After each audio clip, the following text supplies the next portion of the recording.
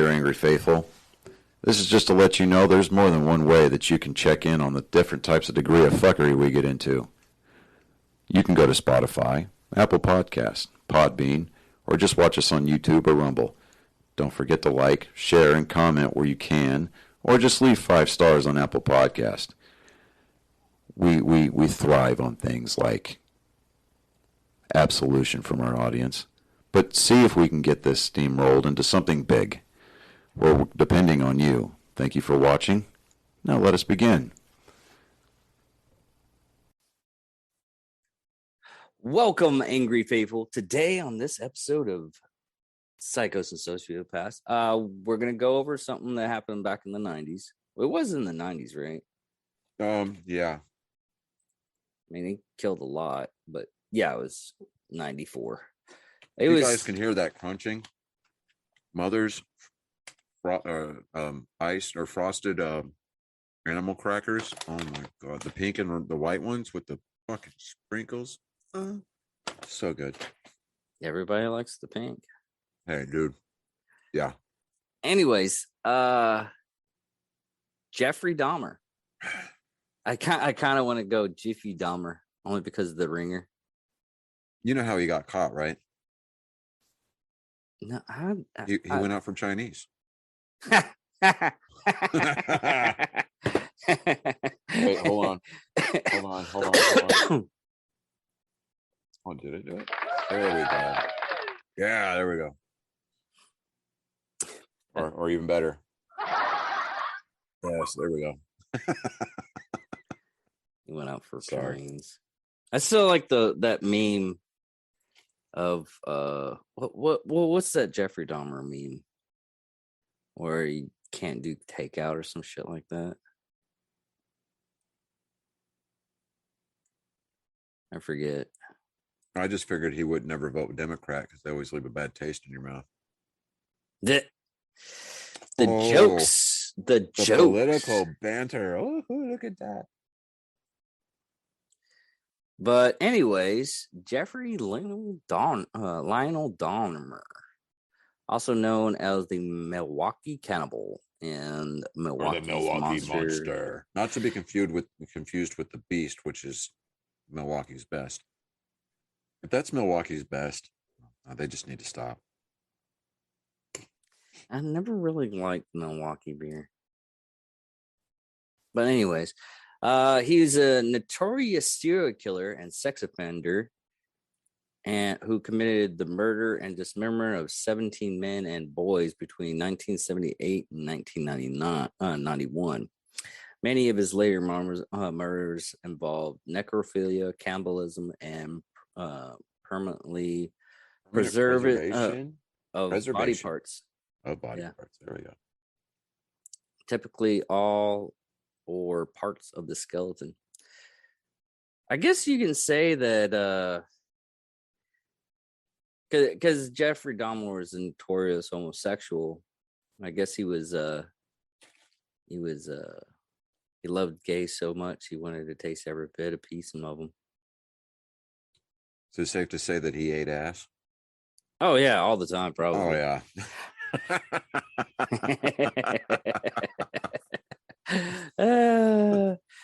This is where we get banned. Right? Like, oh no, they didn't say the F word before 5 minutes, but they talking about eating booty hole. Yeah. Oh.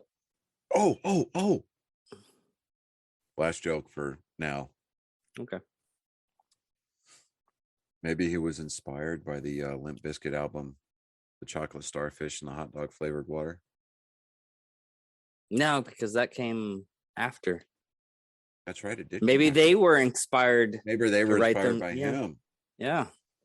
Fred Durst, my man, what are you doing, bro? Okay. All right. Enough with the jokes. Now on this one, we're just gonna go because they have a long history of details and everything. Other stuff. We're just gonna go over his childhood and respectfully. He was prior service. Why is it you notice a lot of the people that were serial killers were prior service? But he was a medic. Yeah. But and then we're gonna go over the actual murders. Let's see here. Let me get this started. We're gonna go with a childhood first. Dahmer was born May 21st, 1960 in Milwaukee, Wisconsin. The first of the two sons of Joyce and Annette. Man, I butchered that one. It was simple. A teletype machine instructor. What is a teletype machine instructor? Electromagnetic Teletype. used to send and receive type messages through various communications channel, and both pinpoint and it's something we don't use anymore. It's more or less like a telegraph type deal. Yeah. Of course, nowadays we got text. So, but anyways, we're not gonna go with the ancestry. Nobody cares about that. Unless they're like, oh, he's part of my culture. Or they might just go, oh, he's part of my culture.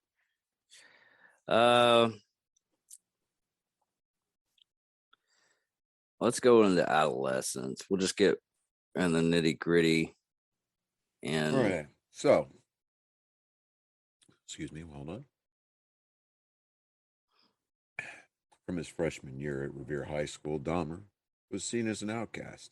By the age of 14, he had begun drinking beer and hard alcohol in daylight hours, frequently concealing his liquor inside the jacket he wore to school. He's known to have mentioned to one classmate who inquired why he was drinking scotch in a morning history class that the alcohol he consumed was, quote, my medicine. Although largely uncommunicative, in his freshman year, Dahmer was seen by staff as polite and highly intelligent, but with average grades. He was a keen tennis player and played briefly at the high school in the high school band. When he reached puberty, Dahmer discovered he was gay. He did not tell his parents.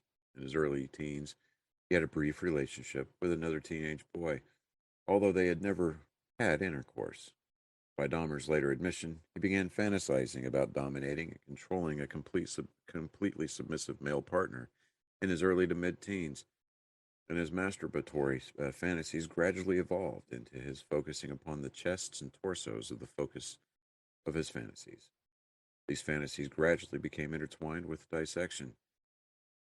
When he was about 16, Dahmer conceived a fantasy of rendering unconscious a particular male jogger he found attractive, and then making sexual use of his body. On one occasion, Dahmer concealed himself in bushes with a baseball bat to lie in wait for this man. However, he did not pass by on that particular day. Dahmer later said that this was his first attempt to attack someone.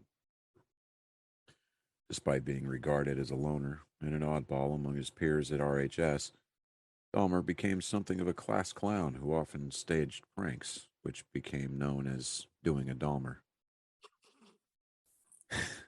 It just lends itself to other, yeah.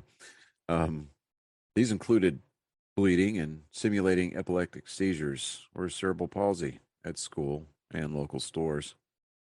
That's dark. mm-hmm. By 1977, Dahmer's grades had declined.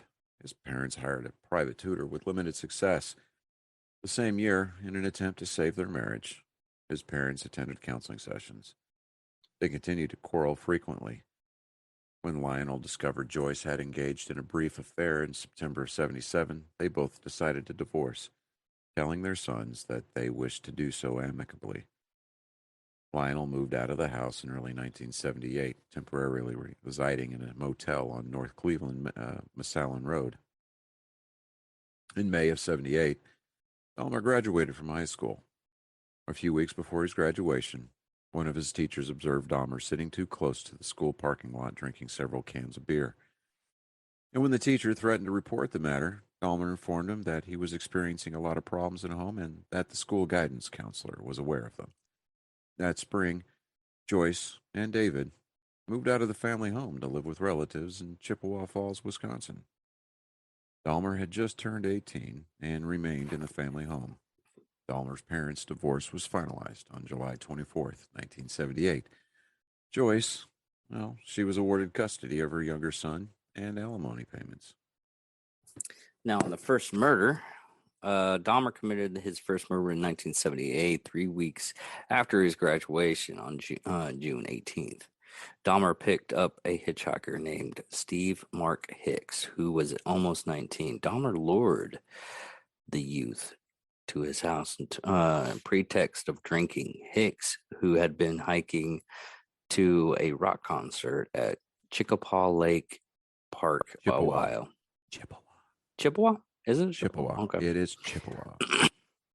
Agreed to accompany Dahmer to his house upon the promise of a few beers. With Dahmer as he had the house to himself. According to Dahmer, the sight of the bare-chested Hicks standing at the roadside stirred his sexual feelings, although when Hicks began talking about girls, he knew any sexual passes he made would be rebutted. Rebutted? Mm-hmm. Rebuffed. I'm sorry. Yeah. I was thinking rebuttal. See, this is the part where I kind of checked out a little bit because I'm reading ahead. Yeah.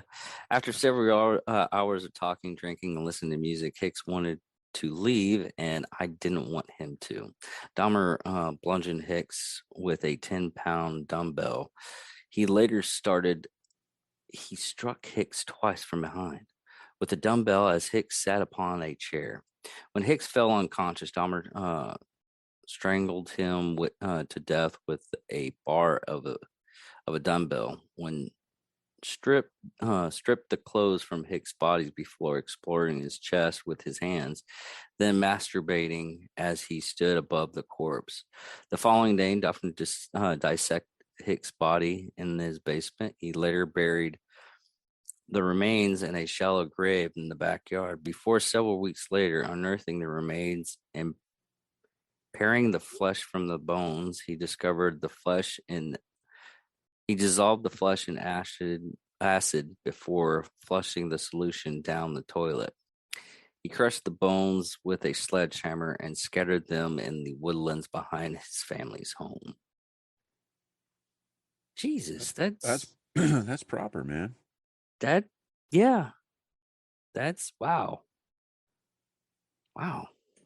Okay, so college and army service. Well, 6 weeks after the murder of Hicks, Dahmer's father and his fiancée returned to his home, where they discovered Jeffrey living alone at the house. That August, Dahmer enrolled at Ohio State University, the Ohio State University, hoping to major in business.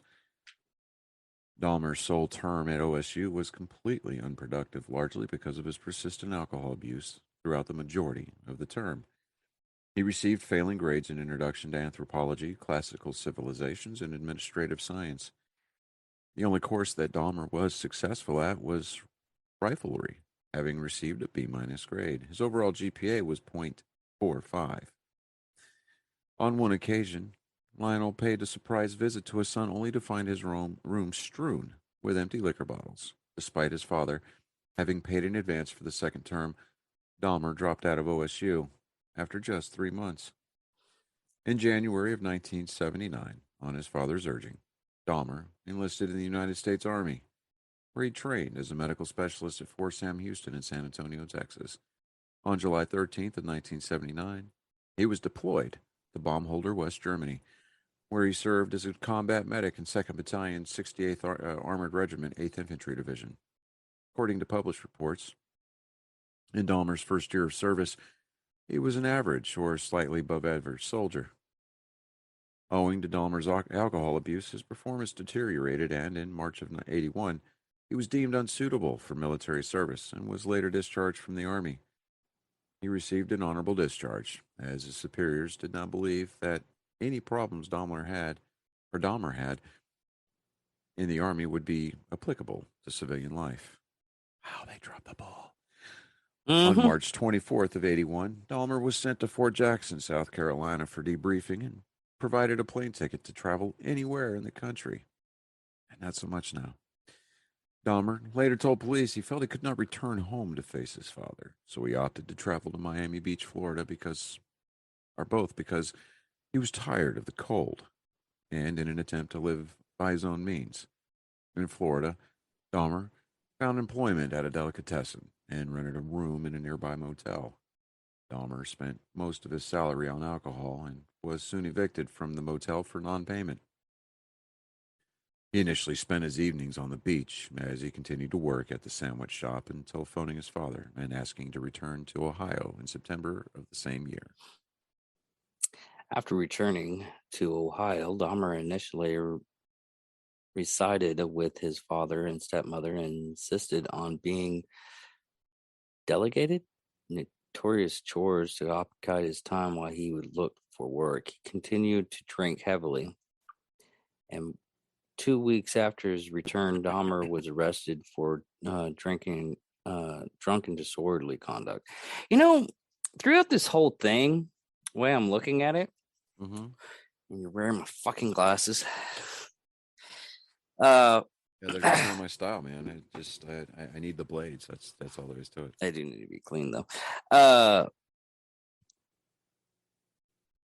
Do you think that yeah, no, so do you think his alcoholism stripped his inhibitions to start like killing and everything like that?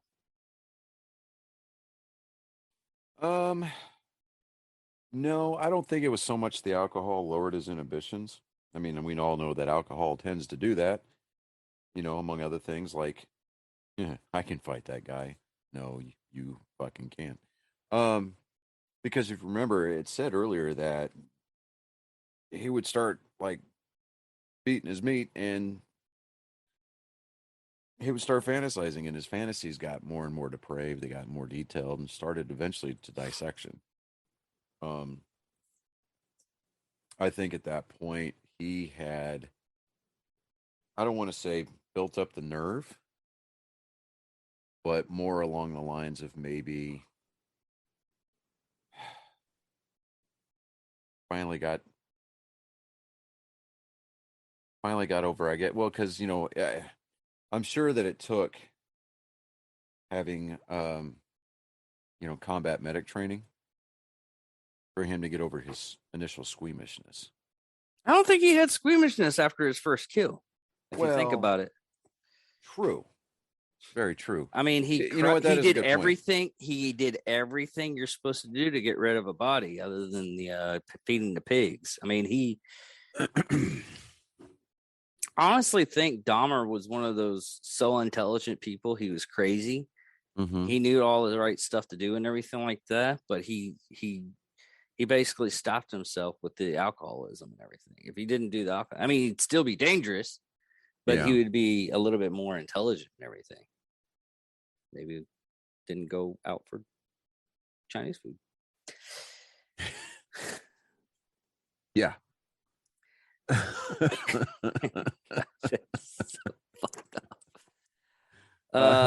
Initially, Dahmer's living arrangement with his grandmother were harmonious.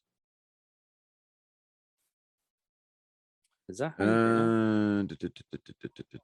hold on? Harmonious. He accompanied her to church, willingly undertook chores, actively sought work, and abided by most of her house rules, although he did continue to drink and smoke.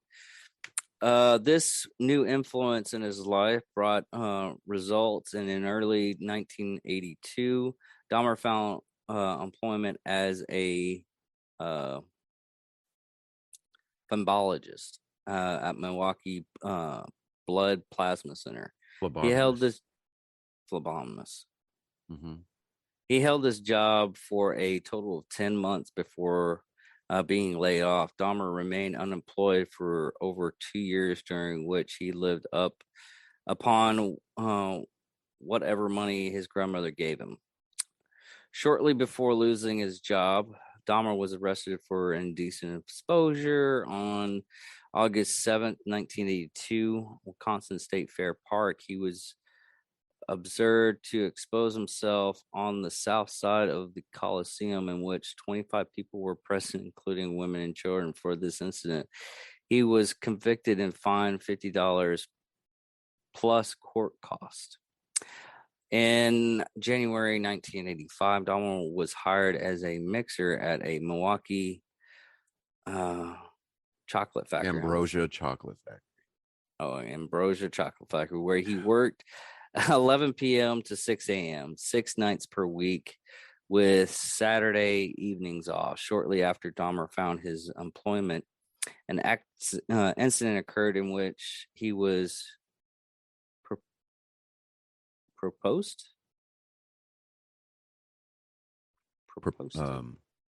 Wait, hold on. Propositioned. Oh, Yeah. Yeah, propositioned by another. You know what's sad is we're both intelligent people and we can't figure that fucking. Well, I'm just trying to figure out where you're at because, like I said, I'm reading ahead. Okay.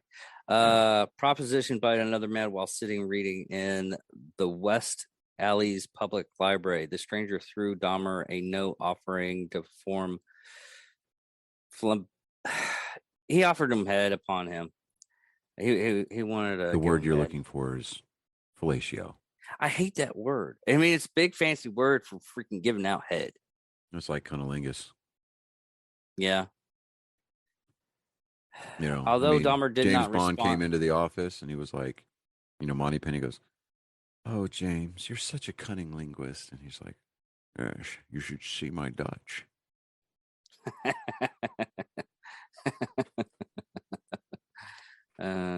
Although Dahmer did not respond to his proposition, the incident stirred in his mind the fantasies of controlling and dominance he had developed as a teenager. He began to familiarize himself with Milwaukee's gay bars, gay bathhouses, and bookstores. He was also known to have stolen a male mannequin from a store. How can you tell? Well, no. Which he briefly used as sexual stimulations until his grandmother discovered the item and stowed it in a closet, demanded that he discard it.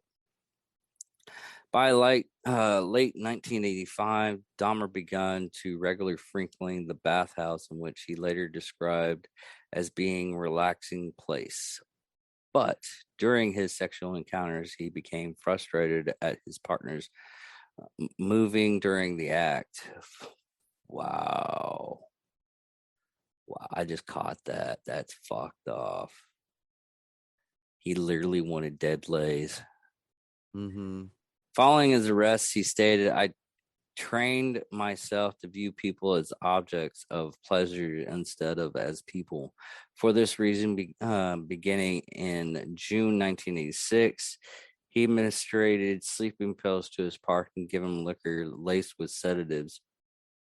He then waited for his partner to fall asleep before varying sexual acts.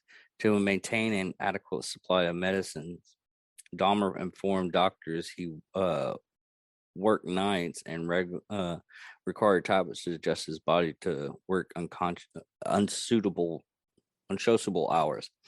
After approximately 12 such as the bathhouse administration revoked Dahmer's membership, and he began to use hotel rooms to continue his practice.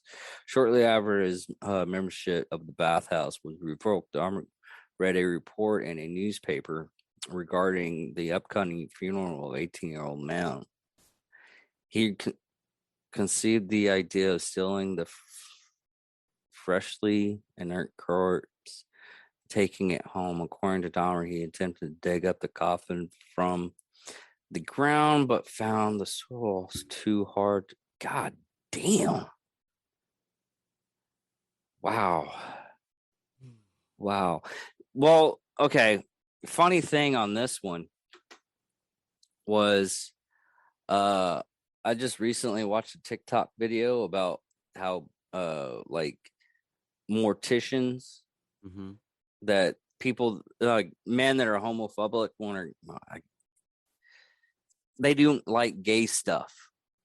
I hate to say homophobia because that would be that you have a fear of homosexuals. Butt stuff. Anyways, this lady showed because she was a mortician, because after you're embalmed and everything, they put this like butt plug up your ass to get so the fluids don't run out. Cremate me. Yeah. I'm already on the cremation list. On September 8th, 1986, Dahmer was arrested upon charge of lewd and lascivious behavior for masturbating in the presence. Yeah. Anyway, go ahead. I'm sorry. For masturbating in the presence of a 12-year-old boy as he stood close to the Kinchik river. He initially claimed he was merely urinating, unaware that there were witnesses, but soon admitted that the offense. The charge was charged to disorderly conduct on March 10th, 1987. Dahmer was sentenced to 1 year in probation with additional instructions. He had to undergo counseling. And the word is pronounced lascivious. Lascivious behavior. Lascivious behavior. All right. So, on November 20th of 1987, way to fuck up my birthday there, Jeffrey. At the time, residing with his grandmother in West Allis, encountered a 25-year-old man from Montagon, Michigan, Steve Tumoy, at a bar and persuaded him to return to the Ambassador Hotel in Milwaukee, where Dahmer had rented a room for the evening. According to Dahmer, he had no intention of murdering Tumoy, but rather intended to simply drug him and lie beside him as he explored his body. The following morning, however, Dahmer awoke to find Tumoy lying beneath him on the bed, his chest crushed in and black and blue with bruises.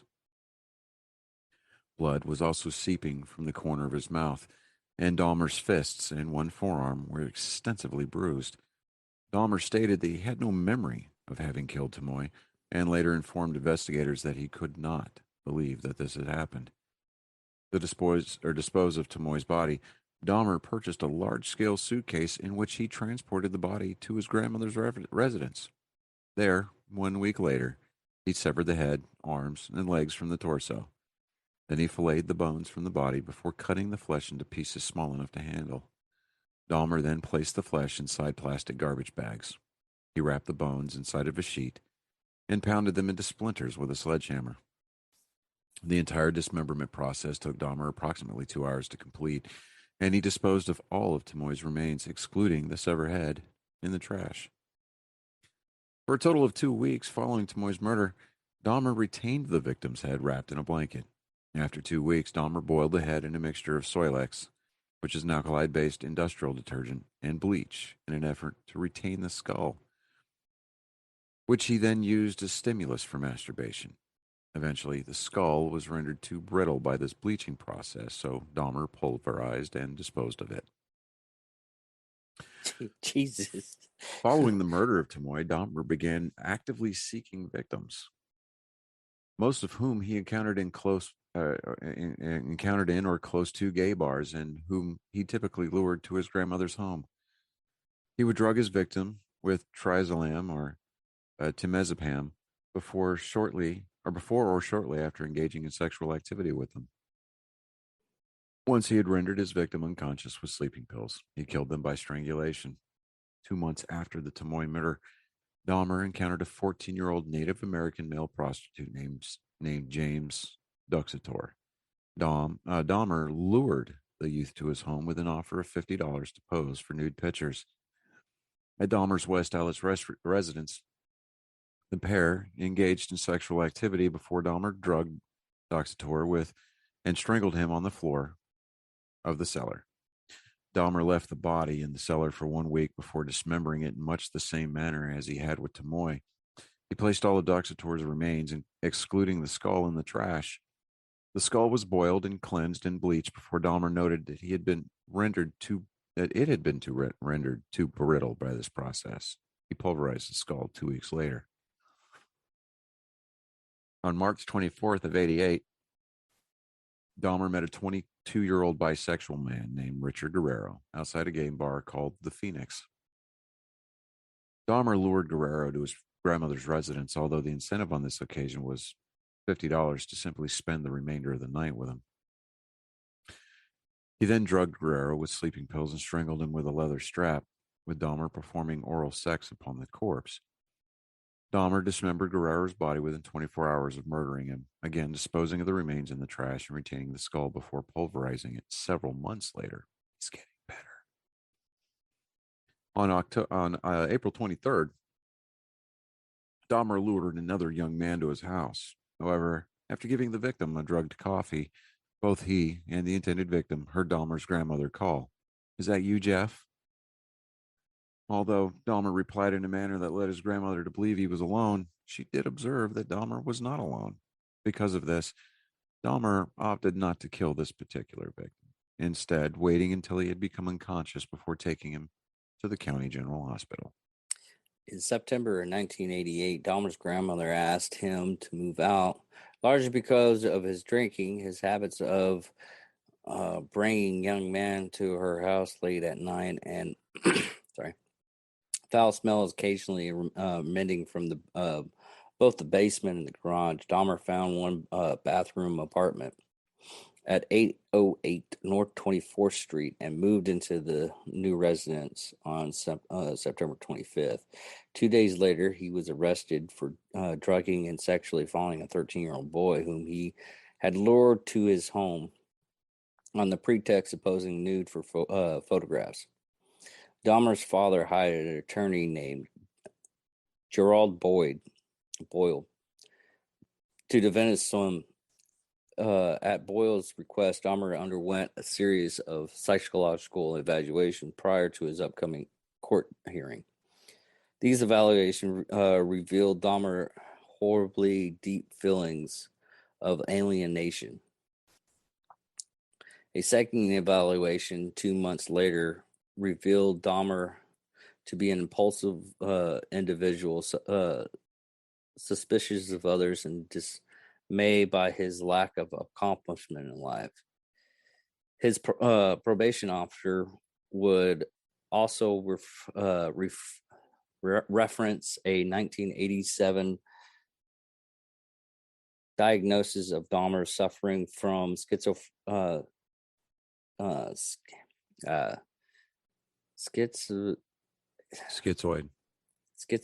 personal disorder. That is so. Schizoid personality disorder. Yeah. I thought it would be My brain keeps on wanting to say It's schizophrenia. schizoid, but schizophrenia, schizophrenic.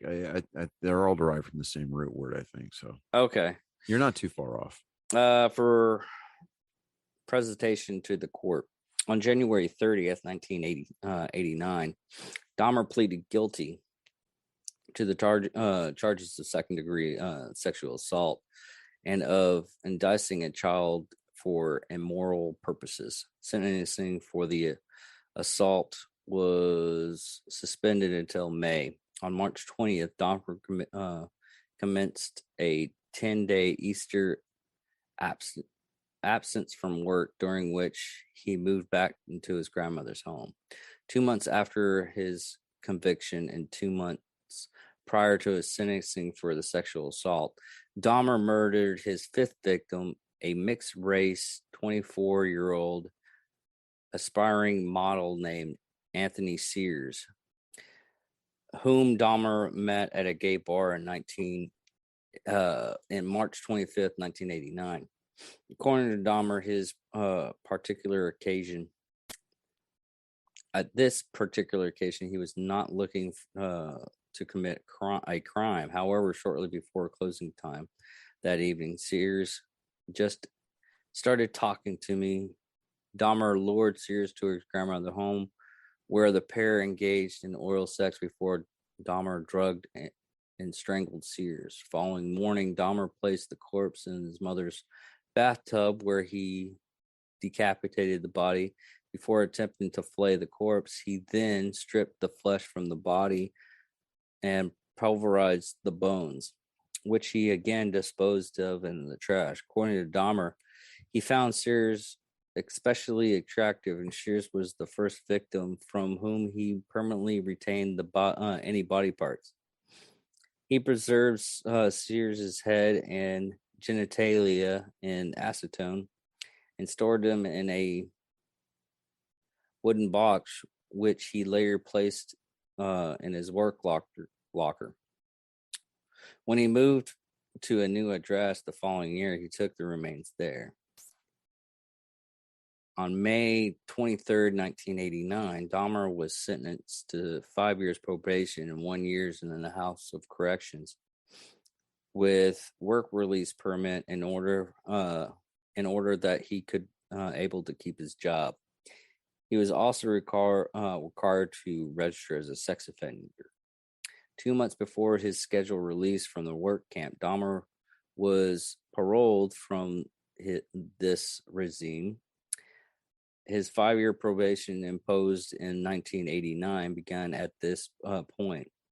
On release, Dahmer temporarily moved back with his grandmother's home in West Alleys before, in May 1990, moving to Oxford Apartments, located North 25th Street in Milwaukee.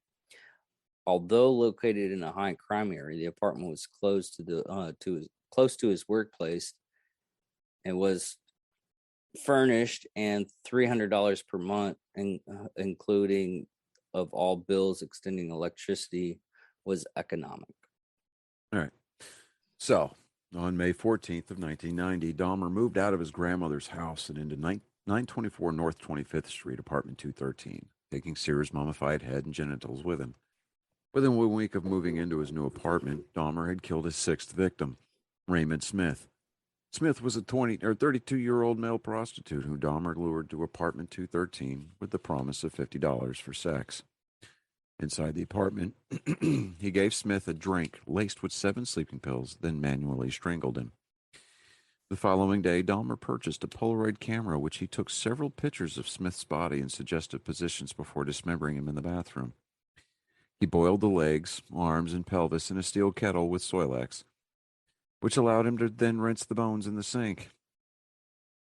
Dahmer dissolved the remainder of Smith's skeleton, excluding the skull, in a container filled with acid. He later spray-painted Smith's skull, which he placed alongside the skull of Sears upon a black towel inside a metal filing cabinet. Approximately 1 week later, after the murder of Smith, on or about May 27th, Dahmer lured another young man, to his apartment. On this occasion, however, Dahmer himself accidentally consumed the drink laden with sedatives intended for consumption by his guest. And when he awoke the following day, he discovered his intended victim had stolen several items of his clothing and $300 and a watch. Dahmer never reported this incident to the police, although on May 29th he divulged to his probation officer that he'd been robbed. You know,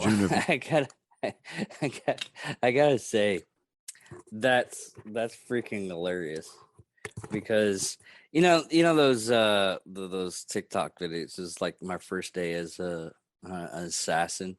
They pour the stuff, they stir it, and they lick their fingers after they stir it with their fingers, and they just drop dead. That just reminds me of that. Right. It's so weird. Now, in June of 90, Dahmer lured a 27-year-old acquaintance named Edward Smith to his apartment. He drugged and strangled Smith. On this occasion, rather than immediately acidifying the skeleton or repeating previous processes of bleaching, which had rendered previous victims' skulls brittle, Dahmer placed Smith's skeleton in his freezer for several months in hope that it would retain moisture. Freezing the skeleton did not remove moisture, and the skeleton of his victim would be acidified several months later. Dahmer accidentally destroyed the skull when he placed it in the oven to dry, a process that caused the skull to explode. Dahmer himself was later to inform police he felt rotten about Smith's murder, as he had been unable to retain any parts of his body. Less than 3 months later, after the murder of Smith, Dahmer encountered a 22-year-old Chicago native, Ernest Miller, outside a bookstore on the corner of North 27th. Miller agreed to accompany Dahmer to his apartment for $50 and further agreed to allow him to listen to his heart and stomach. When Dahmer attempted to perform oral sex upon Miller, he was informed, "That'll cost you extra," whereupon Dahmer gave his intended victim a drink laced with 2 sleeping pills. On On this this- occasion, oh sorry. On this occasion, Fine, Dahmer go had, ahead. sorry. Jesus. Dahmer had only 2 sleeping pills to give his victim. Therefore, he killed Miller by slashing his carotid artery with several carotid artery Mhm. with the same knife he used to dissect his victim's body. Miller bled to death within minutes. Dahmer then posed the new body for various suggested Polaroid photographs before placing it in a bathtub for dismemberment. Dahmer repeatedly kissed and talked to the severed head while he was God, this guy's so fucked off. While he dismembered the remains of the body, Dahmer wrapped Miller's heart, bicep, and portion of flesh from the legs in a plastic bag, placing them in the fridge for later consumption. He boiled the remaining flesh. You know, how can you not stand that smell? I mean, you're living in an apartment complex and everything. Yeah. How can people not like that smell? Just that smell. I mean, I hate to say that I know this, but it's burning of actual human flesh has a distinct smell to it, and it's just disgusting. Mm-hmm. It blah blah blah blah blah. Dahmer wrapped Miller's heart, biceps. Yeah. He boiled the remaining flesh and organs into a jelly-like substance using Soilex, which again enabled him to rinse off the flesh of the skeleton, which he intended to retain. To preserve the skeleton, Dahmer placed the bones in a light bleach solution for 24 hours before allowing them to dry upon a cloth for 1 week. The severed head was initially placed in the refrigerator before also being stripped of flesh, then painted and coated with enamel. 3 weeks after the murder of Miller, on September 24th, Dahmer encountered a 22-year-old man by the name of David Thomas at the Grand Avenue Mall and persuaded him to return to his apartment for a few drinks. With additional money on offer, he would pose for photographs. In this statement to police after his arrest, Dahmer stated that after giving Thomas a drink loaded with sedatives, he did not feel attracted to him, but was afraid to allow him to awake in case he would be angry over having been drugged. Therefore, he strangled and dismembered the body, intentionally retaining no body parts whatsoever. He photographed the dismemberment process and retained these photographs, which later aided in Thomas's subsequent identification. Following the murder of Thomas, Dahmer did not kill anyone for almost 5 years. Although on a minimum of 5 occasions between October 90 and February of 91, he unsuccessfully attempted to lure him into his apartment. He is also known to have regularly complained of feelings of both anxiety and depression to his probation officer throughout 1990, with frequent references to his sexuality, his solitary lifestyle, and financial difficulties. On several occasions, Dahmer is known to have referred to harboring suicidal thoughts. In February 1991, Dahmer observed a 17-year-old named Curtis Strangler Strader standing at a bus stop near Marquette University. According to Dahmer, he lured Strangler into his apartment with the offer of money to propose nude photos. With the added incentive of sexual intercourse, Dahmer drugged. What did you say his name was? Strader cuffed his hands behind his back, then strangled him to death with a leather strap. He then dismembered Strader, retaining the used skull, hands, and genitals, and photographing each stage of this dismemberment process. Oh man, you were so wrong. I just got to the picture of the of the Asian kid that he killed. He went after Chinese. Yeah. By 1991, fellow residents of Oxford apartments had repeatedly complained about the billing manager, Sopa Pricewell, of the foul smell emitting from apartment 213. In addition to the sound of falling objects and created a sound of chainsaw. God, he was fucking ballsy if it was a fucking chainsaw. Pricewell did contact Dahmer in response to these complaints on several occasions, although he initially excused the odors remain emitting from his apartment as being caused by a freezer breaking, causing the contents to spoil.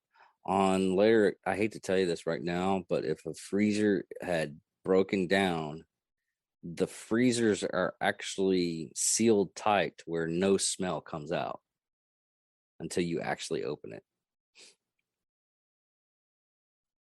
because they're magnetically sealed, causing the spoil. He informed Pricewell that the reason for the resurgence of the odor was that several of his tropical fish had recently died and that he would take care of the matter. On the afternoon of May 26, 1991, Dahmer escorted a 14-year-old Lao teenager named Coneric Synthemosphone. Is that Synthasomphone. Synthesmophone? Yeah, there we go. On Wisconsin Avenue. And That's a God, very bad racist joke to make that. We not do that on this show. Wisconsin Avenue, unknown to Dahmer. Sociophs was the younger Just call him brother the of Yes Man. Yeah. Or saxophone boy. Not saxophone boy. Just call him saxophone. Okay, saxophone. Or, saxophone. Yeah, saxophone. Was the young brother of the boy he had molested in 1988. God, how what's the probability that actually happens? Weird. He approached the youth with an offer of money and to accompany him to the apartment to pose for Polaroid pictures. According to Dahmer, Symphophone was initially reluctant to the proposal before changing his mind and accompanying him to his apartment, where the youth posed for 2 pictures in his underwear before Dahmer drugged him into unconsciousness and performed oral sex on him. On this occasion, Dahmer drilled a single hole into Symphophone skull through which he injected hydrochloric acid into. I was just amazed that that's just fucked off into the frontal lobe before Symphophone fell. And if you're thinking that this is not how you pronounce it, I literally used Stephen Hawking voice to figure it out, and that's how it's pronounced. Synthesmophone. Fell unconscious. Dahmer led the boy into his bedroom, where the body of a 30-year-old Tony Huggs, who Dahmer had killed 3 days earlier, lay naked on the floor. According to Dahmer, he believed that Symphophone saw this body, yet did not react to seeing the bloated corpse, likely because of the effects of the sleeping pills he ingested and the hydrochloric acid Dahmer had injected through his skull. God, man, that's wow. Just, man, talk about a person that got what he's had coming. Symphophone soon became unconscious, whereupon Dahmer drank several beers while lying alongside him before leaving his apartment to drink at a bar, then purchase more alcohol. In the early morning hours of May 27th, Dahmer returned towards his apartment, discovered Symphophone sitting naked on the corner of 25th and State, talking in Lao with 3 distressed women standing near him. Dahmer approached the woman and told them that Sociophs, who he referred to by his alias John Hong, was his friend, attempting to lead him back to his apartment by the arm. 3 women dissuaded Dahmer, explaining they had phoned 911 upon the arrival of 2 Milwaukee police officers, John Buckowitz and Joseph Garbish. Dahmer dismanner relaxed. He told the officers that Sociophs was 19-year-old boyfriend, that he had drank too much following a quarrel, and that he frequently behaved in a manner of intoxicated. Dahmer added his lover had consumed Jack Daniel's whiskey that evening. The 3 women were exfoliated. What?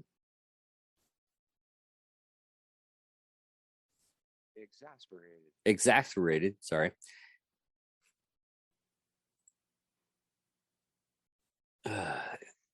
And when one of the trio attempted to indicate to one of the officers, both of whom had observed no injuries beyond the scrape. Scrape to Sociophs' knee, and believing him to be intoxicated, that Sociophs had blood upon his testicles, was bleeding from his rectum, and that he had seemingly struggled against Dahmer's attempts to walk him to his apartment prior to the arrival. The officer harshly informed her to butt out, shut the hell up, and to not interfere. Shortly after the revival of the Milwaukee police officers, 3 members of the Milwaukee Fire Department had arrived at the scene. These individuals also examined synthophones for injuries, provided a yellow blanket for the police officer to cover Sociophs. One of the 3 believed Sociophs needed treatment, but the police officer directed the fire department personnel to leave. Fucking hell. God. Oh, man. Some people's kids, I tell. These officers are freaking morons. Yeah. Oh, my God. Shortly thereafter, Officer Richard Portican arrived at the scene. He and Garbish, followed by, I'm going to have to use the Hawking voice, Balzerzak, escorted Dahmer and Sociophs to Dahmer's apartment, as Dahmer repeatedly commented on a general crime in the neighborhood of his appreciation of the police department. Inside his apartment, and in an effort to verify his claims that he and Sociophs were lovers, Dahmer showed the officers 2 semi-nude Polaroid pictures he had taken of the youth the previous evening. Though Balchowicz had said he smelled nothing unusual, Garbish later stated he noted a strange scent reminiscing of Emanating. emanate. All right, hold on. Let me get back to it. Hold on. Excrement inside the apartment. This odor it was emanated reminiscent from the decomposing body of excrement. decomposing body of Hughes. Dahmer stated that the investigate this odor. One officer simply peeked his head around the bedroom, but really didn't take a good God. The officer then, I wonder if they lost their jobs on this. They're probably placed up for review. Yeah.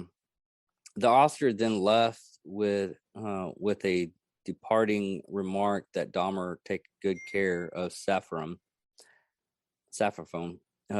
This incident was listed by the officers as his most domestic dispute. Upon the departure of the 3 officers from his apartment, Dahmer again injected, hydroxylic acid into Sociophs' brain in On the second occasion, the injection proved fatal. The following day, May 28th, Dahmer took a day's leave from work to devote himself to the dismembering of the bodies, sufferings, and hues. He retained both of the victims' skull. On June 30th, Dahmer traveled to Chicago, where he encountered 28-year-old. Sorry, kind of throwing up a little bit in my mouth after this. 20-year-old named Matt Turner at the bus station. Turner accepted Dahmer's offer to travel to Milwaukee for a professional photo shoot. At the apartment, Dahmer drugged, strangled, and dismembered Turner and placed his head and initial organs in a separate plastic bag in the freezer. Turner was not reported missing. 5 days later, on July 5th, Dahmer lured 23-year-old Jeremy Winberger from a Chicago bar to his apartment on the promise of spending the weekend with him. He drugged Winberger and twice injected boiling water through his skull, sending him into a coma from which he died 2 days later. Good Lord. Okay. On July 15th, Dahmer incurred 24-year-old Oliver Lace at the corner of 27th and Kilburn. Lace agreed to Dahmer's ruse of posing nude for photography and accompanied him to his apartment, where the pair engaged in intense sexual activity before Dahmer drugged Lacey. On this occasion, Dahmer intended to prolong the time he spent with Lacey while alive. After unsuccessfully attempting to render Lacey unconscious with chloroform, he phoned his workplace to request a day of absence. This was granted, although the next day he was suspended. After strangling Lacey, Dahmer had sex with his corpse before dismembering him. He placed Lacey's head and heart in the refrigerator and skeleton in the freezer. 4 days later, on July 19th, Dahmer received word that he had been fired. Upon receipt of this news, Dahmer lured a 24-year-old Jeffrey Bedhofer. I butchered that name.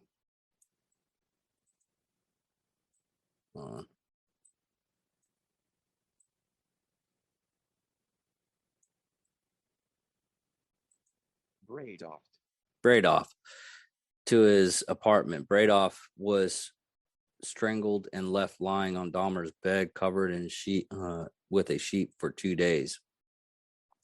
On July 21st, Dahmer removed those sheets to find the head covered in maggots, whereupon he decapitated the body, cleaned the head, and placed it in the refrigerator.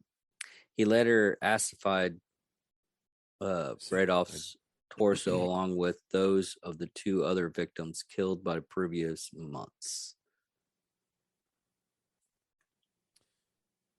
Okay.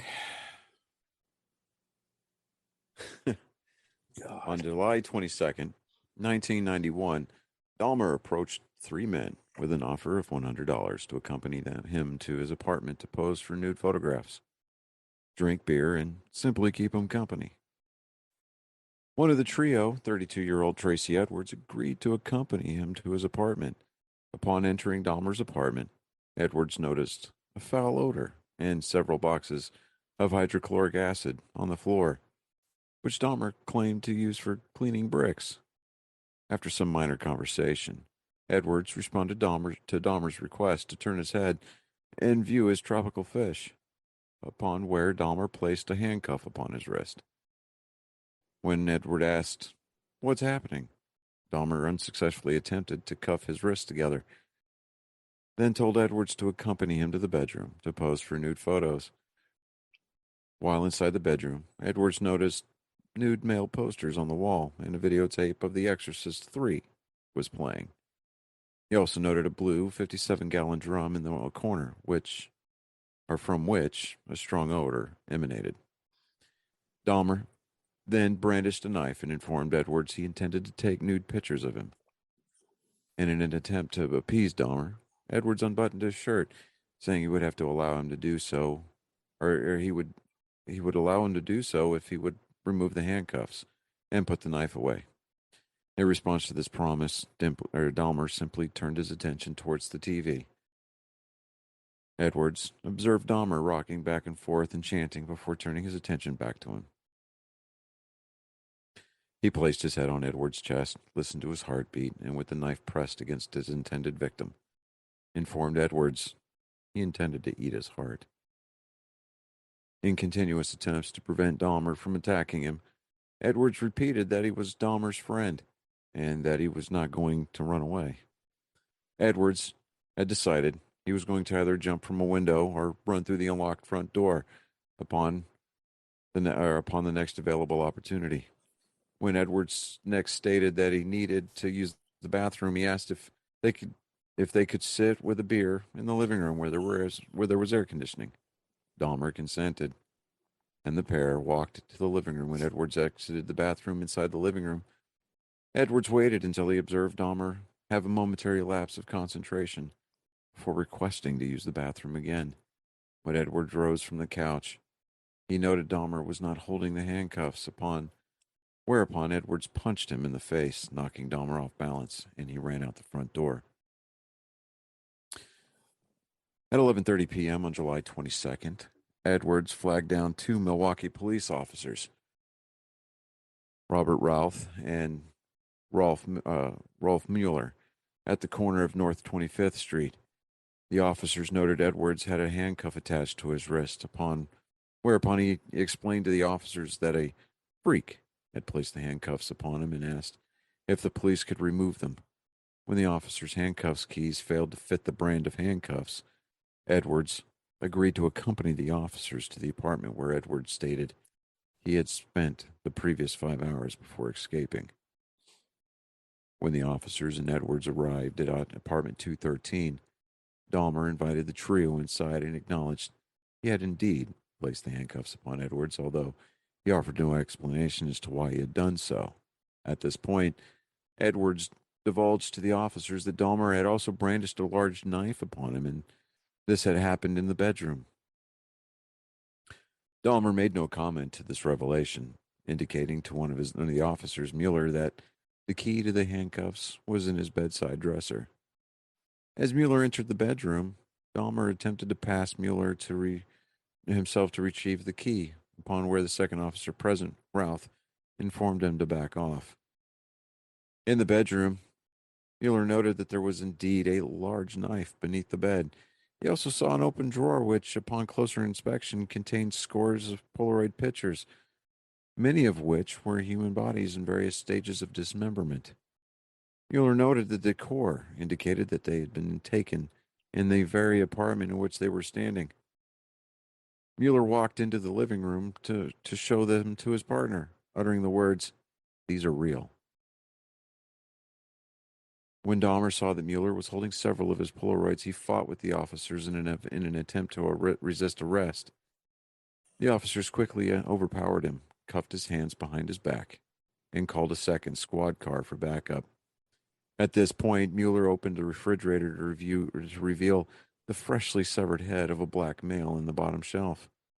As Dahmer laid pinned on the floor beneath Routh, he turned his head towards the officers and muttered the words, "For what I did, I should be dead."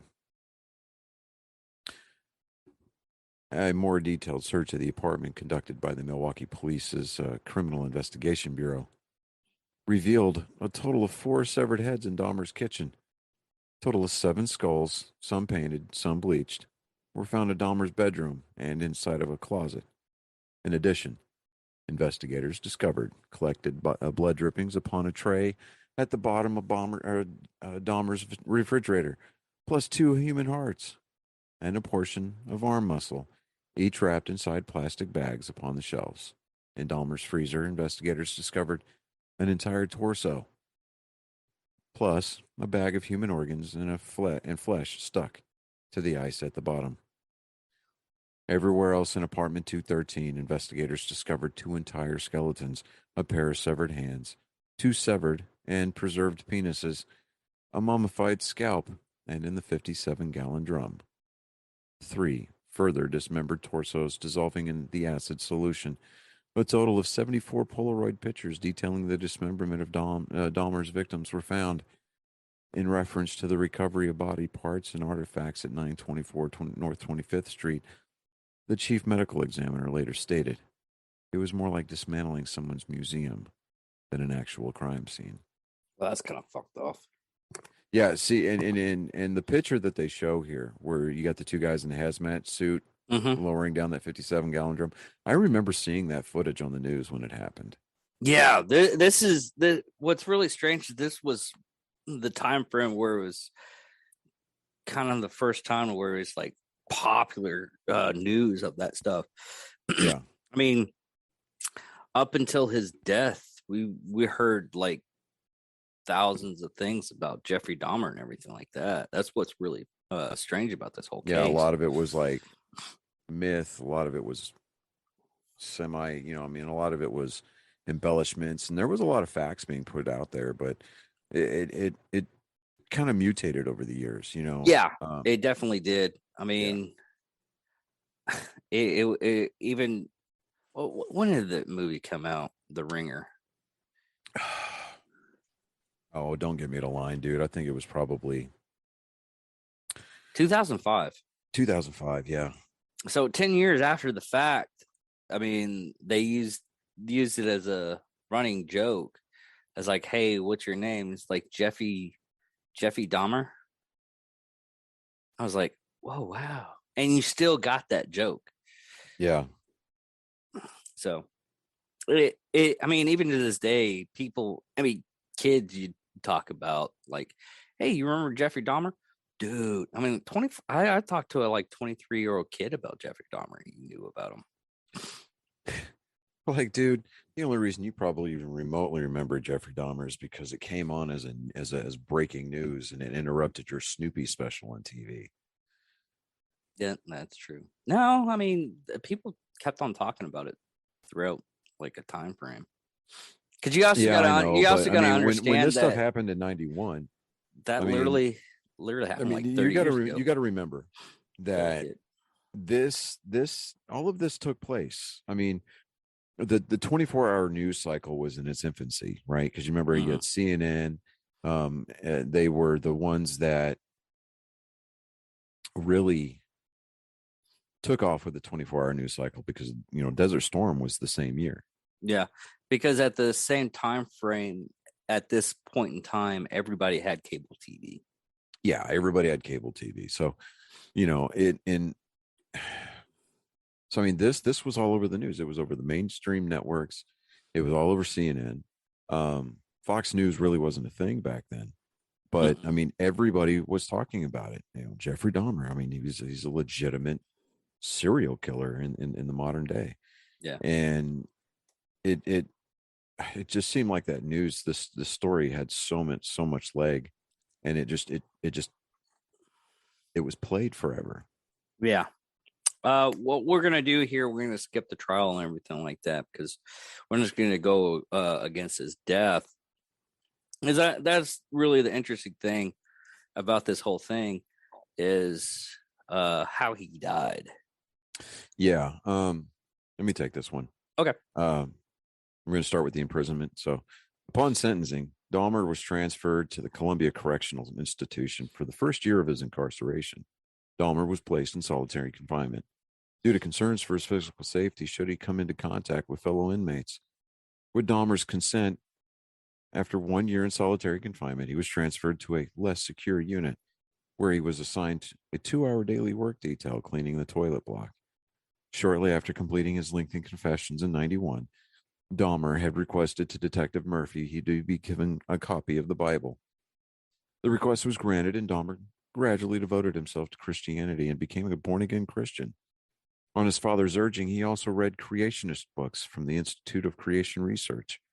In May of 94, Dahmer was baptized by Roy Ratcliffe, a minister in the Church of Christ and graduate of the Oklahoma Christian University, in the prison whirlpool. Following his baptism, Ratcliffe visited Dahmer on a weekly basis up until November of 94.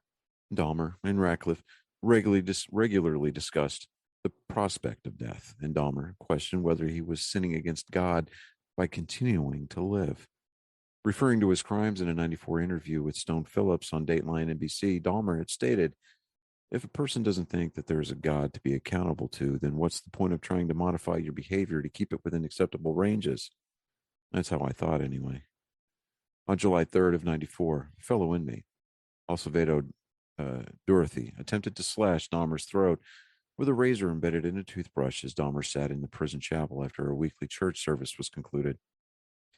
Dahmer received superficial wounds and was not seriously hurt by this incident.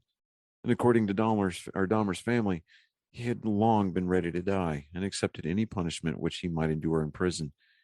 In addition to his father and stepmother maintaining regular contact, Dahmer's mother, Joyce, who also maintained regular contact with her son, although prior to his arrest, the two had not seen each other since Christmas of 1983. Joyce related that in her weekly phone calls, whenever she expressed concerns for her son's physical well-being, Dahmer responded with comments to the effect of, "It doesn't matter, Mom. I don't care if something happens to me." And on the morning of November 28th, 1994, Dahmer left his cell to conduct his assigned work detail. Accompanying him were two fellow inmates, Jesse Anderson and Christopher Scarver. The trio were left unsupervised in the showers of the prison gym for approximately 20 minutes. And at approximately 8:10 a.m., Dahmer was discovered on the floor of the bathrooms of the gym, suffering from extreme head wounds. He had been severely bludgeoned about the head and face with a 20-inch metal bar. His head had also been repeatedly struck against the wall in the assault. Although Dahmer was still alive and was rushed to a nearby hospital, he was pronounced dead 1 hour later. Anderson had also been beaten with the same instrument and died 2 days later from his wounds.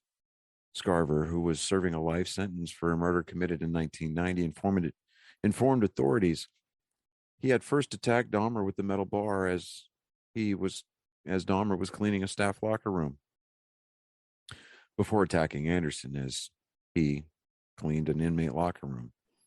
According to Scarver, Dahmer did not yell or make any noises as he was attacked. Immediately after attacking both men, Scarver, who was thought to be schizophrenic, returned to his cell and informed a prison guard, "God told me to do it." Jesse Anderson and Jeffrey Dahmer are dead. Scarver was adamant he had not planned the attacks in advance, although he later divulged to investigators he had concealed the 20-inch bar used to kill both men in his clothing shortly before the killings. Upon learning of his death, Dahmer's mother, Joyce, responded angrily to the media. "Now is everyone happy? Now that he's bludgeoned to death, is that good enough for everyone?" The response of the families of Dahmer's victims was mixed, although it appears most were pleased with his death. The district attorney who prosecuted Dahmer cautioned against turning Scarver into a folk hero, noting that Dahmer's death was still murder. On May 15th, 1995, Scarver was sentenced to 2 additional terms of life imprisonment for the murders of Dahmer and Anderson. Although Scarver had confessed in 94 to having concealed the weapon used to kill Dahmer and Anderson in his clothing on the morning of the murders in 2015, he publicly stated the murders of Dahmer and Anderson had resulted from a confrontation in which the two men had poked him in the back as the three had begun their assigned work detail. In this renewed account of events, Scarver claimed that the two had laughed at him when he had turned around in response before Dahmer and Anderson each walked to separate rooms to begin their cleaning duty, with Scarver following Dahmer toward the staff locker room. Scarver alleges that immediately before murdering Dahmer, he had cornered him, presented a newspaper article detailing Dahmer's crimes, and demanded that Dahmer answer whether the account was true. Scarver further alleged that he had been revolted by Dahmer's crimes and that Dahmer had been openly unrepentant, and that Dahmer had taunted prison employees and fellow inmates by shaping his prison food into imitations of severed limbs, complete with ketchup and to simulate blood splattering, and that the prison staff, knowing of Scarver's hatred for Dahmer, had deliberately left the two men unsupervised so that he could kill him. Furthermore, Scarver stated that Dahmer was so disliked by fellow inmates that he required a personal escort of at least one guard whenever he was out of his cell to prevent inmates from attacking him. Dahmer had stated in his will that he wished for no services to be conducted and that he wished to be cremated. And in September of 95, Dahmer's body was cremated and his ashes were divided between his parents. On August 5th, 1991, as a nature and scale of Dahmer's crimes initially came to light, a candlelit vigil to celebrate and heal the Milwaukee community was attended by more than 400 people. Present at the vigil were community leaders, gay rights activists, and family members of several of Dahmer's victims. Organizers stated the purpose of the vigil was to enable Milwaukee's to share their feelings of pain and anger over what had happened. The Oxford apartment at 924 North 25th Street, where Dahmer had killed 12 of his victims, was demolished on November 1992. The site is now a vacant lot. Alternative plans to convert the site into a memorial garden, a playground, or reconstruct new housing had failed materialized. Dahmer's estate was awarded to the families of 11 of his victims who had sued for damages in 1996. Thomas Jacobson, a lawyer representing 8 of the families, announced a planned auction of Dahmer's estate. Although victims' relatives stated the motivation was not greed, the announcement sparked controversy. I can't even say that word, and I know what it is. Hold on. Controversy. Okay, yeah. A civil group, Milwaukee Civil Pride, was quickly established in an effort to raise funds to purchase and destroy Dahmer's possession. A group pledged $407,225, including $100,000 in gifts by Milwaukee real estate developer Joseph Zeber for purchase of Dahmer's estate. 5 of the 8 families represented by Jacobson agreed to the terms, and Dahmer's possessions were subsequently destroyed and buried under this undisclosed Illinois landfill. Lionel Dahmer is retired and now lives with his second wife, Sierra. Both have refused to change their surname and have professed their love for Dahmer in spite of his crime. Oh, God. Parental love is just weird. Yeah, parental love. Okay, so here's the thing.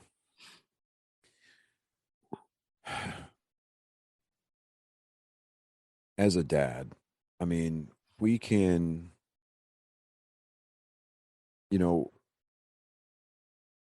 we can be disappointed in our kids. We can be upset with them.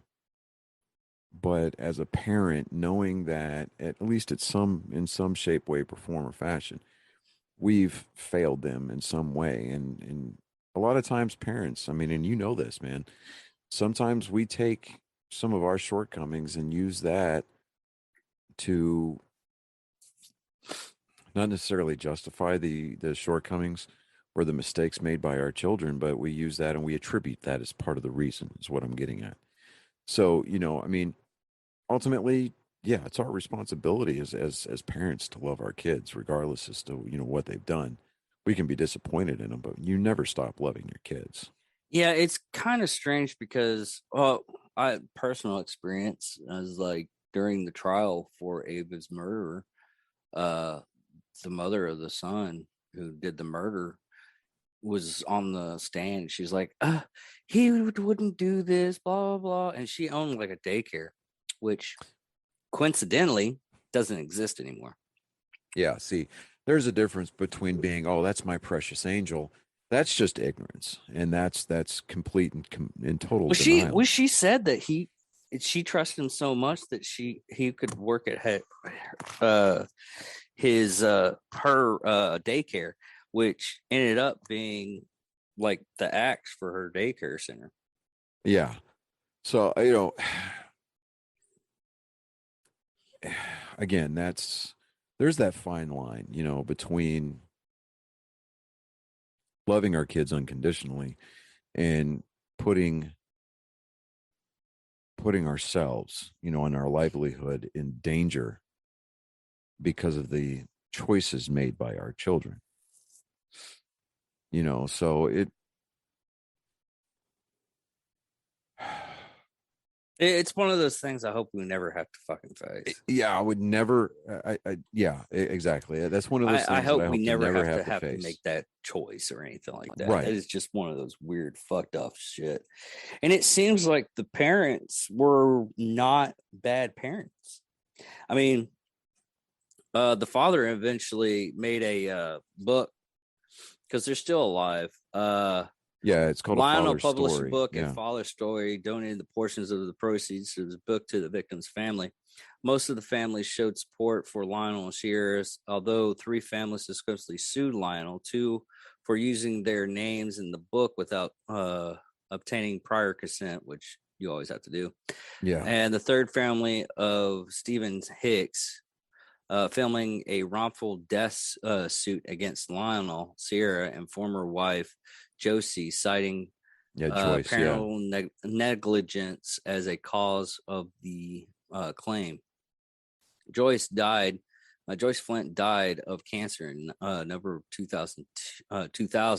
Prior to that, she attempted suicide at least one occasion. Dahmer's younger brother, David, changed his surname and lives in anonymity. Anonymity. Yeah. Anonymity. I mean, yeah, he changed his last name and he dropped off the grid. So, that's the thing, man. That's like Lee Harvey Oswald's brother. Still lives here in Wichita Falls. Really? Yeah. And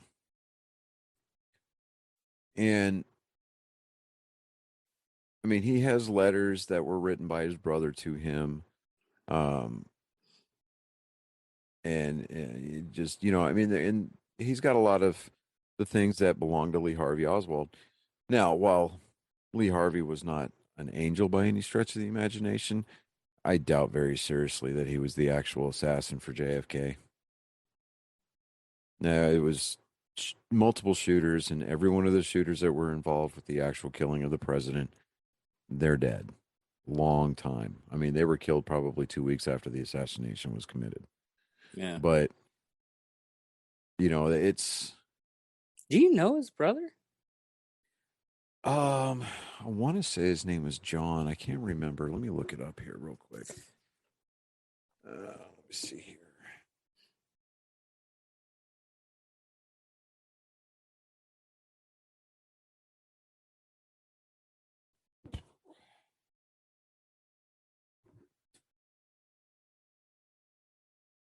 Robert Oswald. Oh, no, he died. Oh, okay. Yeah, no, he died. Robert Edward Lee Oswald, whose brother Lee Harvey Oswald killed. Okay, yeah, whatever. All right, so died Monday, and this was December of so he died November of 2017. He died here in Wichita Falls. He was 83. The obituary made no mention of his infamous brother, except to say that he spent his youth in Louisiana with his brothers Lee and John Pick before joining the Marine Corps in 52 at the age of 18. Oh, wow. So, yeah, I mean, at least at one point, Lee Harvey Oswald's brother still lived here. So,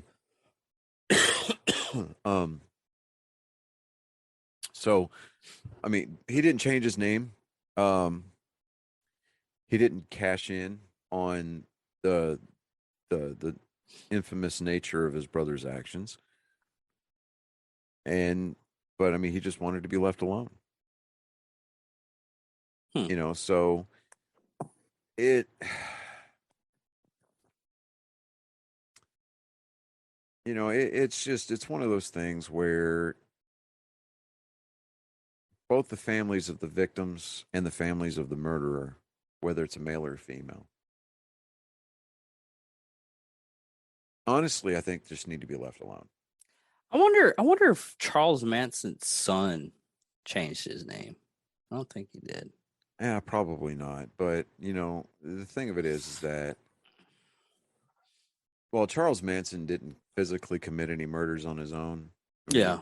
the guy basically had people do it for him, which, I guess if you're going to do that kind of a thing, is smart.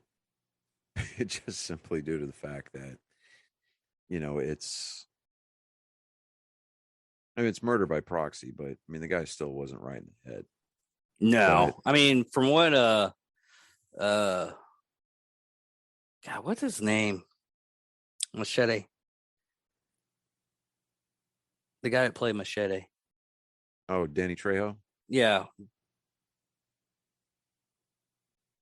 What he said is when he was in jail with him is he just had him like right next to his jail cell to protect him and everything because he actually met him, but he didn't, and not until like the actual murders or anything. Yeah. So. Yeah. So, I mean, I just think that, if the family wants to come forward, or family members of either the victims or family members of the actual murderer want to come forward, fine. If they want to answer questions, they want to try to help educate the community, or educate the population. Fine, let them, but be respectful, because even the family members of the murderer, they end up becoming victims themselves, because through the public court of opinion, we kind of convict the family all in one lump. I mean, it's why you see these wrongful death suits, and it's like, really, you're going to go after the family of the guy who actually did the killing? Oh, like, oh, you're parental negligence. Like, there's no way to prove that. Yeah. I mean, if it seems like he grew up in a good family and everything, he just was fucked off. And it seems like he was fucked off from. And it's not like he had an absentee dad. I mean, he avoided his dad for a few years after getting out of the army because he didn't want to face his dad. Yeah. His dad paid for 2 years or 2 terms at OSU, even though he only went for 1.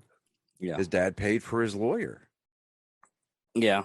In that second arrest where he finally caught a sex offender charge.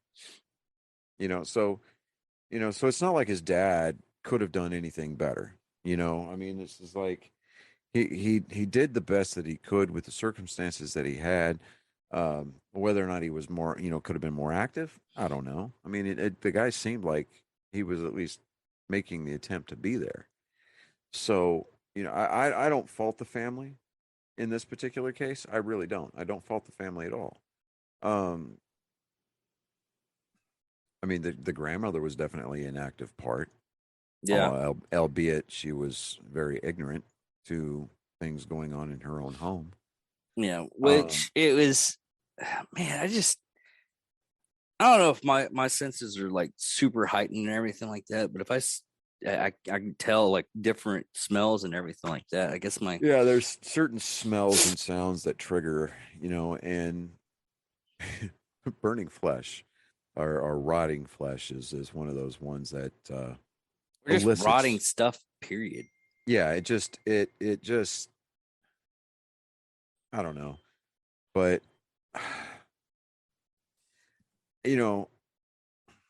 I think the odds that we will see another Jeffrey Dahmer type, at least in our lifetimes, is probably pretty slim. And with the heightened awareness of mental health that we have nowadays, I don't know. I mean, they caught that one guy that we did like in New York a couple of weeks ago. I mean, Mike the Cop even did it on his show. Where that guy had been like, that was his like third killing, and this would be his third time going to jail for killing somebody. Yeah. Well, I mean, that's just repeat offender, somebody who just needs to stay off the streets. But, as Stayed off far the as letting street after somebody, the second one, yeah, well, but that was New York, so yeah, it's New York. I mean, they're overcrowded as it is. And, that liberal government up there is just going to run that city into the ground. I mean, the people that live there their entire lives, and they're keeping it afloat just by sheer stubborn pig-headedness. We are New Yorkers. And they're like, shut up. But anyways, so I don't know. It's the whole going after family members for things that their child did, or their, their father, mother, or husband or wife. It's in the absence of a totalitarian uh, lifestyle at home. We're not going to be able to keep tabs on people 24 hours a day. yeah. Just can't. That's no way for a family dynamic to operate. And so Jeffrey was he was displaying issues from a very early age. Now, the only shortcoming that I can see is that his parents didn't insist on getting him help sooner. I mean, his dad even made the attempt to get him off the alcohol. If his dad would have been successful in helping him get off of the alcohol and stay on the wagon, I think that at least 95% of these murders probably could have been prevented. But be that as it may, this is one of those unique cases where it's like, you have to take the time to kind of just pay attention to the facts. And we don't necessarily we didn't need to go over the court proceedings like you said. Yeah. Just simply due to the fact that we read everything in detail. Yeah. And everything, I mean, they put together the chronological timeline and the descriptions of the conversations and things like that based off of testimonies and confessions made by Dahmer himself. So, the only thing as far as like the high profile court proceedings like that I find interesting are, the, the way that the media and reports it, and how the public court of opinion, even back in 92, 93, 94, even how they portrayed how they react. Well, yeah, that's why. I mean, coming up from that time frame, because we had the internet. Keep on. Yeah, we had the internet. We had AOL, right? Yeah. But and you had the chat rooms and things like that. But it was like you didn't have that instantaneous, because everybody was on fucking dial-up right back then. Yeah. So it was like, Mom, get off the phone. I'm trying to look at porn. It's yeah. like, you watch that TV show too? Which one? Breaking In? No. No. Dude. my TV viewing habits here lately, I'm still trying to get caught up on Yellowstone before so like that way I can get caught up. I've got to get caught up on Outlander. Right now I'm getting caught up on Picard. Moon Knight just came out. It's hard to keep up with. I gotta watch stuff nowadays. I gotta watch the new episode of that just dreadfully executed pilot episode for the Halo series. And there's a lot of stuff out there that I'm trying to get caught up on, trying to keep caught up on. And between work, the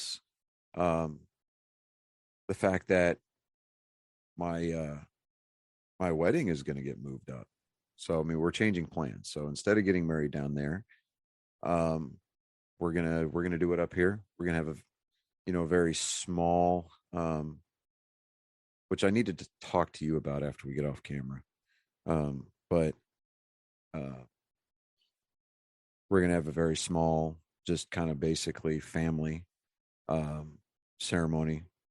And then we're going to go to McBride's, have a private dinner, and then I'm gonna pack my shit and I'm gonna throw it in a U-Haul truck, kind of a deal, and Mm. we can go from there. But um, but yeah, and I mean, with everything, I mean, because give or take a week and a half to 2 weeks, maybe 2.5 at the most. Uh, you know, I'm starting to realize that I'm like, I've basically got roughly 2 months left in Wichita Falls. Mm. So I'm like, man, that blows my mind. I mean, we're coming up on the end of March tomorrow. Then there's April, May, and then once May's up here, June, and it's like, okay, so everything basically kind of got moved up. The weddings potentially moved up an entire month, but you know, I mean, these are all exciting changes and everything like that. I mean, yeah, there's some nervousness, but it's not. It's still stressful. It is. It's stressful, but not in the sense that it's like it's affecting my health or anything like that. But I mean, it's that nervous kind of energy that you get when you don't. I mean, you're it's that nervousness of beginning something new. Does that make sense? Mm-hmm. So, I mean, there's all that, and it's like between growing up as a Navy brat, being in the military myself, the 20 it'll yeah the 20 years that I've been here in Wichita Falls is the longest I've been in any one place in my entire life at one time. So it's because I moved back here. What did I say? It was like toward the end of 2002.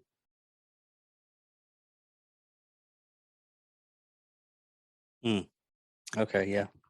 So, Yeah, that's it's the been. same time frame I moved back. Yeah, see, we wasted all that time not being friends.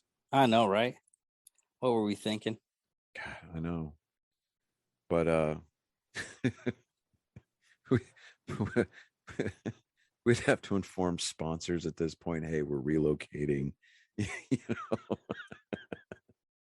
We might have 85 subscribers on our YouTube channel. But I look back, and I know that we're jumping off track and we're going to kind of wrap it up here in a minute, but yeah, I look back at my time here, not only here on the show with you, but just my time here in Wichita Falls in general.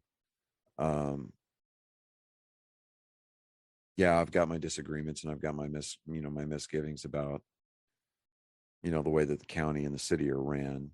Um, for the most part, the people here that I've met and that I've come to know, for the most part, are good people. Of course, you got those shit pumps and cockwomples that could probably do the world a service by disappearing, but becoming fertilizer. Right. They could become fertilizer, but it I've met some really great people here, yourself included. So but I, just like you, man, it's time for the change of venue, and just time to start that next chapter. And I mean, I can't wait to get it started, and yeah, and it's going to be real, it's going to be a lot of fun. It's going to be especially a lot of fun if you're able to relocate as well, which I'm being optimistic about. But it'll I think that not only the future for the show, but the future for us as individuals and going forward as friends, dude, it's the ceiling, the ceiling's already been busted. So I mean, basically the limit is wherever we set it. yeah. But on that note, I'm David Dickerman. I'm Johnny Skelton. And thank you for watching Psychos and Sociopath, Jeffrey Dahmer. Victory!